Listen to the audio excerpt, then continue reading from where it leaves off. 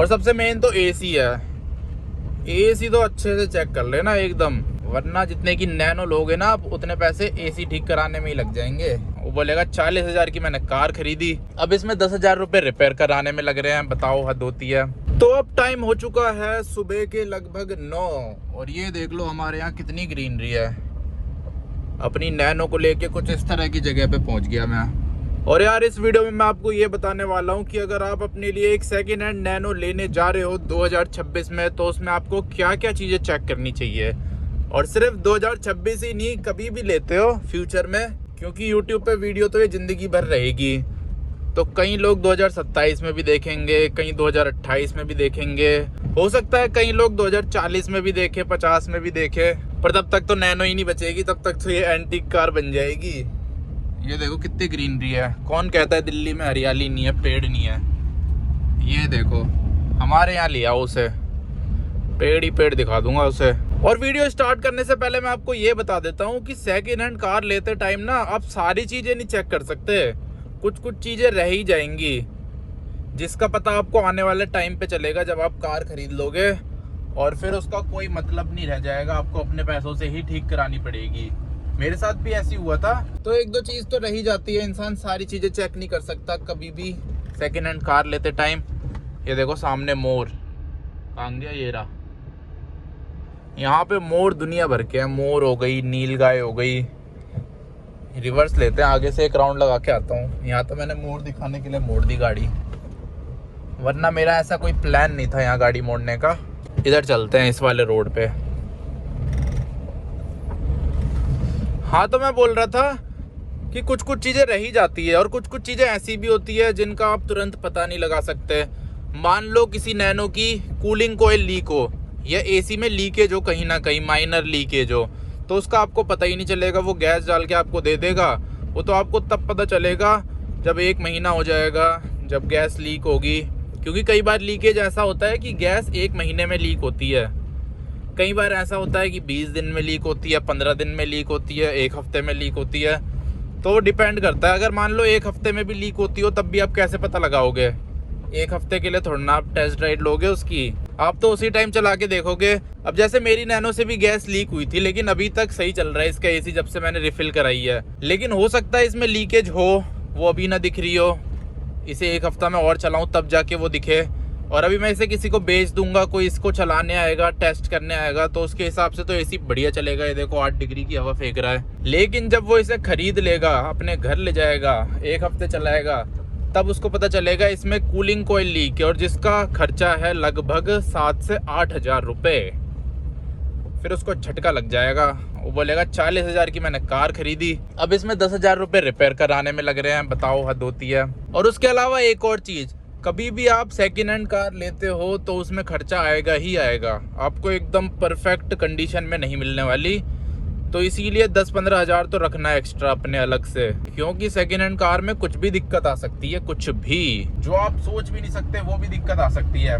अब जैसे मैंने ये कार ली थी, तो लेने के बाद ही ना तुरंत मैंने इसमें 10,000 रुपये के आसपास लगा दिए थे, 10 से भी ज़्यादा ही लगा दिए थे वैसे तो। पहला मैंने इसकी सर्विस कराई थी, इंश्योरेंस कराया था, एक टायर चेंज कराया था। इसका एक टायर बिल्कुल ही ख़त्म था, एकदम डेड हो रखा था, तो वो मैंने चेंज कराया था। उसके अलावा कुछ टाइम बाद इसकी विंडशील्ड में क्रैक आ गया था, तो वो भी मैंने चेंज कराया था। ये विंडशील्ड पूरी नई डलवाई है मैंने, एकदम स्क्रैच लेस है ये। ये कैसी सी जगह आ गई यार, यहाँ तो मैं आज पहली बार आ रहा हूँ। और यहाँ सामने तो गेट ही बंद हो रखा है। ये देखो क्या क्या जगह है यार यहाँ पे। लो, गेट बंद हो गया, ये शायद जंगल है, सामने जंगल का गेट है। कार यू टर्न कर लिया मैंने, और यार यहाँ पे भी गैस की पाइपलाइन है। बताओ, इस जंगल में भी पाइपलाइन डाल रखी है 2-3 घरों के लिए, वो भी। पैसा हो तो क्या कुछ नहीं हो सकता। इस जगह पे सारे रिच लोग रहते हैं, अल्ट्रा रिच लोग, नहीं तो गरीब के लिए थोड़ा ना लाएंगे यहाँ पे। देखो घर ही नहीं है, 2 घर है बस लास्ट में, उनके लिए तक पाइपलाइन दे रखी है यहाँ पे, गैस की पाइपलाइन। और वहीं जहाँ मेरा पुराना वाला घर है ना, वहाँ पे इतने लोग रहते हैं, लेकिन तब भी वहाँ पे कोई वो नहीं है, गैस की पाइपलाइन, LPG सिलेंडर आते हैं वहाँ पे। तो इन सब चीज़ों का भी बहुत फ़र्क पड़ता है ज़िंदगी में। इस तरफ चलते हैं अब। आज ये जगह पूरी एक्सप्लोर कर दूंगा, आपके साथ ही एक्सप्लोर कर रहा हूँ। इस जगह पे मैं पहले कभी नहीं आया अपनी नैनो को लेके। पहली बार आ रहा हूँ आज। अपना मस्त एसी चल रहा है, ठंडी ठंडी हवा आ रही है। हाँ तो मैं कहाँ पे था? हाँ तो मैं बता रहा था गाड़ी में कुछ कुछ दिक्कतें ऐसी होती है जो उस टाइम पता नहीं लगती, और वो मोटी दिक्कत हो सकती है, जैसे कि मेरी कार में है। अब मेरी कार का तो स्टीयरिंग भी जा रखा है। अब मैं किसी को सुबह के टाइम इसकी टेस्ट राइड दिला दूँ तो वो तो बोलेगा बढ़िया स्टीयरिंग है इसका। ओ भाई, ये सामने भी जंगल ही है क्या? यहाँ पे तो गाड़ी नहीं जा सकती मेरे हिसाब से। पीछे कर लेते हैं। घर के साथ साथ यहाँ पे कुत्ते भी हैं बहुत सारे, देखना। पैदल पैदल आऊँ तो ये मेरे को काट ही देंगे। पर ग्रीनरी देख लो, ग्रीनरी में कोई कमी नहीं है यहाँ पे। तो यार ये रोड तो कहीं नहीं जा रहे हैं, रोड ख़त्म हो चुके हैं सारे के सारे। ये देख लो, ये रोड भी यहीं पे ख़त्म हो गया। और एक बार आपको अपनी नैनो दिखा देता हूँ सामने से। ये देखो, कुछ ऐसी दिखती है अपनी नैनो, जो कि शोर मचा रही है। इसका कंडेंसर जो फ़ैन है वो शोर मचा रहा है। इसका कंडेंसर फ़ैन मैंने चेंज कराया था। तो देखो, ऐसे छोटे मोटे खर्चे भी आते रहते हैं। ये भी लगभग 2,500-3 हज़ार रुपये का चेंज हुआ था। इसमें कंडेंसर फ़ैन जो पहले था वो चलता था, लेकिन स्लो चलता था। अब मुझे पता ही नहीं था स्लो और फास्ट कैसे चलता है। मैंने तो बस ये देखा चल रहा है तो चल रहा है। तो ये सब खर्चे भी छोटे छोटे आते ही हैं सेकेंड हैंड कार में। ऐसी कार आपको मुश्किल से ही मिलेगी, नैनो जैसी खासकर, जिसमें आपको 1 रुपये का भी खर्चा ना कराना पड़े लेने के बाद। तो इसीलिए 10-15 हज़ार रुपये तो रखना अपने पास। उससे ज़्यादा भी लग सकते हैं वैसे तो, लेकिन इतने तो रखना ही रखना कम से कम। बाकी अपनी कार में तो वैसे कोई दिक्कत है नहीं। इंजन वाइज तो ये कार एकदम परफेक्ट है, एकदम स्मूथ मक्खन। चला के देखोगे ना किसी दिन, चाहे पिकअप हो इसका, इंजन की स्मूथनेस हो, एकदम बढ़िया है। इंजन रिलेटेड इस कार में कोई भी दिक्कत नहीं है। तो नैनो लेने से पहले सबसे पहले तो आपको रस्टिंग चेक कर लेनी है। थोड़ी बहुत रस्टिंग हो तो चल जाएगी, लेकिन इतनी नहीं होनी चाहिए कि गाड़ी चलते चलते टायर ही निकल जाए। इतनी रस्टिंग नहीं होनी चाहिए, थोड़ी बहुत तो चल जाती है, जैसे मेरी नैनो में भी थोड़ी बहुत है। और अगर ऐसे पैनल में है तो वो चल जाएगी, लेकिन ये जो नीचे स्टीयरिंग वाला पार्ट होता है ना, इसके आसपास नहीं होनी चाहिए। देखो यहाँ पे, यहाँ नहीं होनी चाहिए। और बोनट खोल के भी देख लेना कि अंदर ज़्यादा रस्टिंग ना हो।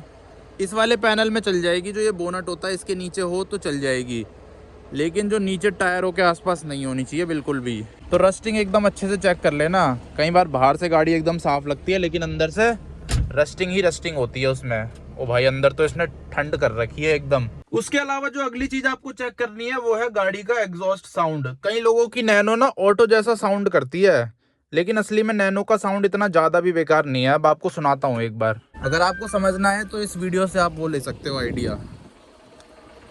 देखो, कुछ ऐसा साउंड है। लेकिन मैं ज़्यादातर नैनो देखता हूँ ना, उनका एग्जॉस्ट साउंड बहुत ज़्यादा अजीब होता है, ऑटो जैसा। और अगर आप यहाँ से सुनोगे ना तो आपको एग्जॉस्ट साउंड सुनाई भी नहीं देगा।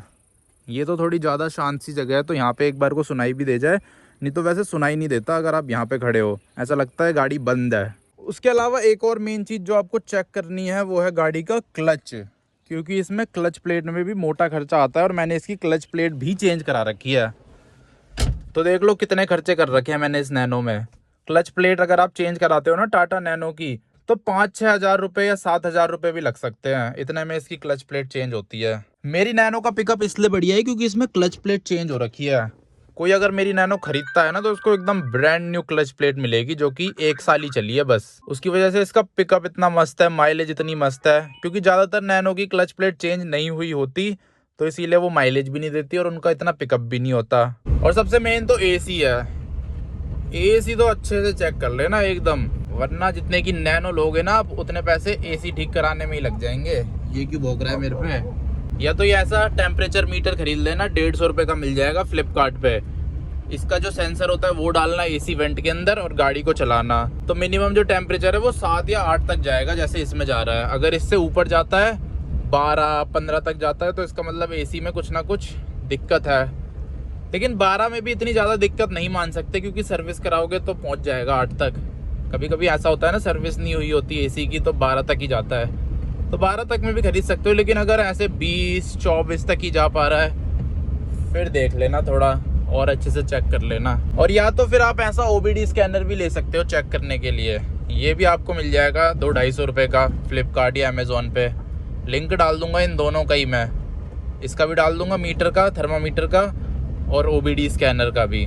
तो इसको लगा के आप स्कैन भी कर सकते हो कौन कौन से उस पर कोड आ रहे हैं। फिर वो कोड गूगल पे डाल के चेक कर सकते हो किस किस चीज़ के कोड हैं। कई बार क्या होता है इंजन चेक लाइट नहीं होती गाड़ी में, लेकिन कोड फिर भी आते हैं और इससे आप क्लियर भी कर सकते हो कोड। नहीं तो वैसे आप किसी दुकान से चेक करवाओगे ना तो 300 रुपये लेते हैं सिर्फ चेक करने के, स्कैन करने के। इसमें तो कितना मर्जी स्कैन कर लो फ्री में। तो अब पहुंच चुका हूं अपनी सोसाइटी में, नैनो को खड़े कर देते हैं पार्किंग में। तो अब टाइम शाम के 5:30 बज चुके हैं और अभी फिलहाल अपने नए वाले घर पे आ रखा हूँ मैं। अभी सो के उठा हूँ और यार आजकल तो इतना बढ़िया मौसम हो रखा है 2-3 दिनों से।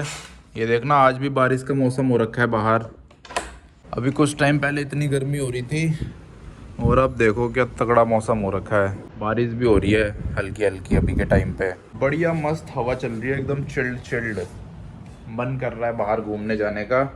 तो अभी देखता हूँ नैनो लेके जाऊंगा, नहीं तो फिर बाइक लेके जाऊंगा। आज बाइक भी नहीं चलाई है सुबह से। यार बाइक का मैं क्या करूँ समझ नहीं आ रहा। अब वो मेरे बाइक कुछ काम की रही नहीं है, एक तो वो प्रैक्टिकल भी नहीं है इतनी ज़्यादा, चलाने में थोड़ी अनकंफर्टेबल सी लगती है, हाथ दर्द हो जाते हैं, हाथ में निशान पड़ जाते हैं। तो समझ नहीं आ रहा क्या करूं, उसको बेचूं या रखूं। बेचूं तो क्या खरीदूं उसके बदले। और पहली बात ये सारी चीज़ें सोचने का ना टाइम ही नहीं मिल रहा है कि गाड़ियों का क्या करना है, नैनो को क्या करना है, बाइक का क्या करना है। ये सब सोचने के लिए भी टाइम चाहिए, टाइम ही नहीं मिल पा रहा है ये सब सोचने के लिए। ऐसे दिन पे दिन निकले जा रहे हैं, तो जल्दी से जल्दी सोचना पड़ेगा इन दोनों चीज़ों के बारे में।